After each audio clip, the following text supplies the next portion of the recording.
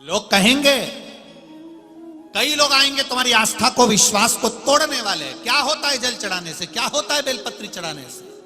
क्या होता है श्री शिवाय नमस्तुभ्यम कहने से? कई लोग कहेंगे, बहुत कहेंगे, गलत गलत प्रचार करेंगे, गलत गलत शब्द कहेंगे। आग लगे बस्ती में, अपन रहो मस्ती में। अपने को नहीं सुनना, अपने को तो केवल उसका द्वार नहीं छोड़ना और शिव महापुराण की कथा नहीं छोड़ना। संभाल लेगा, संभाल भजन करो।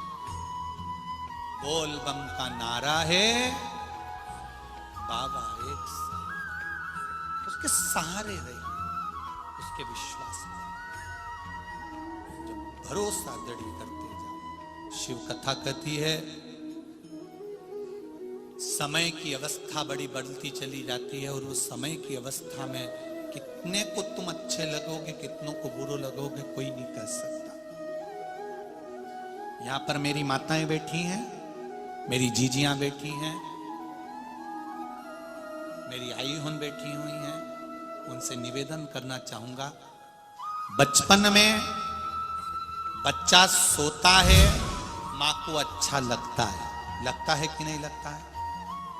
वो बच्चा बचपन में सोता हुआ अच्छा लगता है, पर वही बच्चा जब 24 साल का हो जाए, 25 साल का हो जाए, 28 साल का हो जाए, 30 साल का हो जाए, दिन भर घर में पड़ा रे, सोता रे, इसमें से कितनी मां है जिसको अच्छा लगता होगा? किसी को अच्छा लगेगा? नहीं।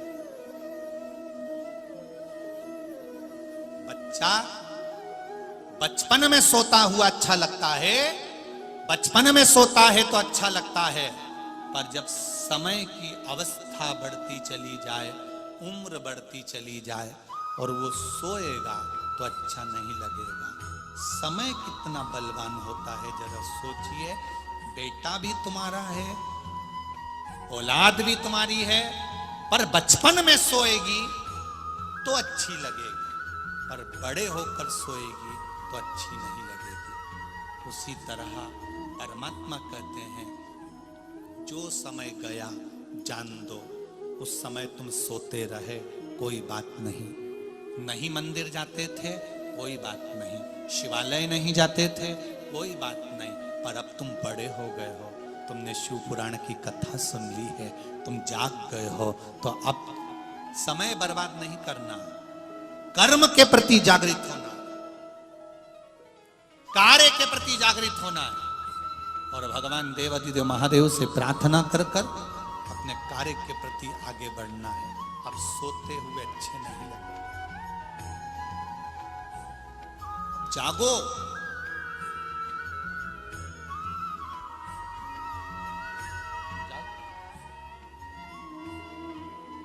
कहे उठो जवान देश के वसुंधरा पुकारे, देश है पुकारता पुकारती मां भारती। ये देश आज तुम्हें पुकार रहा है, ये राष्ट्र तुम्हें पुकार रहा है, हमारा सनातन धर्म तुम्हें पुकार रहा है, और आज भी हम अगर सोते रहे तो फिर ये जीवन व्यर्थ चला जाए। भजन में लगाओ, कर्म में लगाओ, दुकान धंधा व्यापार व्यवसाय जो तुम्हें करना है, छोटे से छोटा काम करो, पर शर्म बिल्कुल मत करो। शर्म करोगे तो तुम आगे नहीं बढ़ सकते। छोटे से छोटा काम भी करो, दिल से करो, एक ना एक दिन भगवान तुम्हारा हाथ पकड़ेगा। शिव मंदिर जाओ, एक लोटा जल चढ़ाओ और अपने काम पर आगे बढ़ जाओ, बढ़ते चले जाओ। बस किसी को धोखा मत दो, किसी को विश्वासघात मत करो, और बन सके तो जिंदगी में सबका भला। लोग कहते हैं भला करने से लोग उल्टा और जूता मार के चले जाते हैं, मारने दो ना, क्या है? पूर्व का कोई कर्म होगा वो कट रहा हो।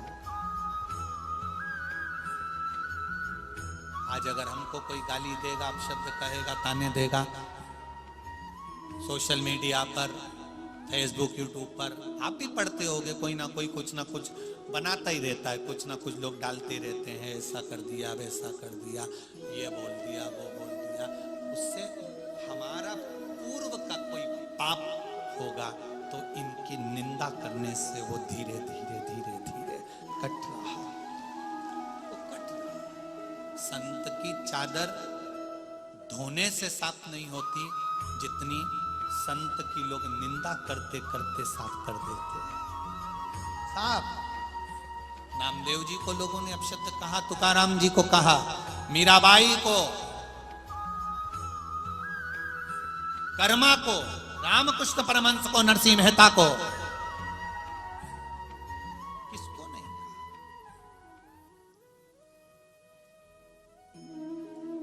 कहे कहे हम भगवान की भक्ति में जितने इस दिल को, इस हृदय को लगाएं उतना सुख होगा। शिव कथा कर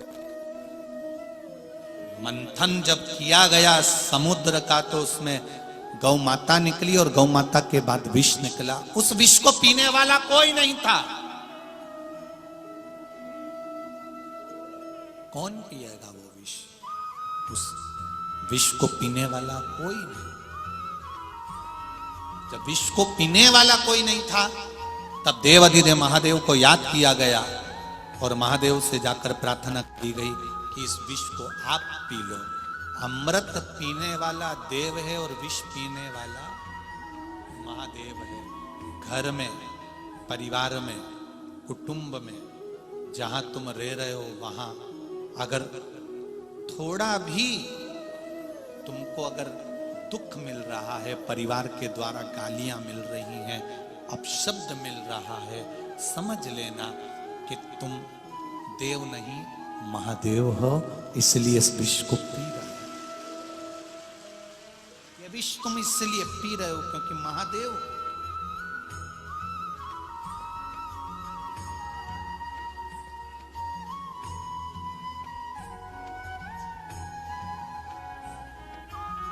महाराज संसार में मेरे शंकर भगवान असली रूप रखकर आते हैं तो मैया यशोदा पहचान नहीं पाती है, साधु रूप रखकर आते हैं तो पहचान नहीं पाती है। यशोदा मैया पहचानती तब है जब यशोदा जी के पास खबर जाती और यशोदा जी उनके पास हाथ दिखाने, तब शिव की गोद में भगवान कृष्ण को दिया जाता।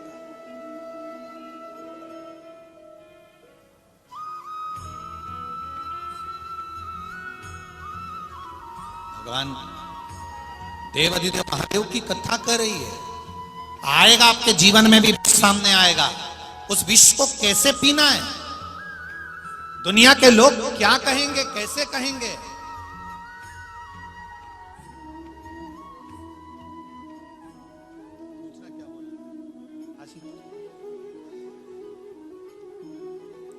ये जीवन का एक लक्ष्य है। क्या कहना है?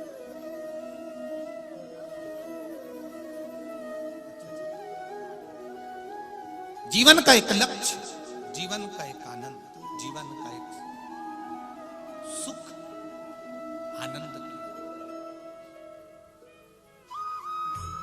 और जब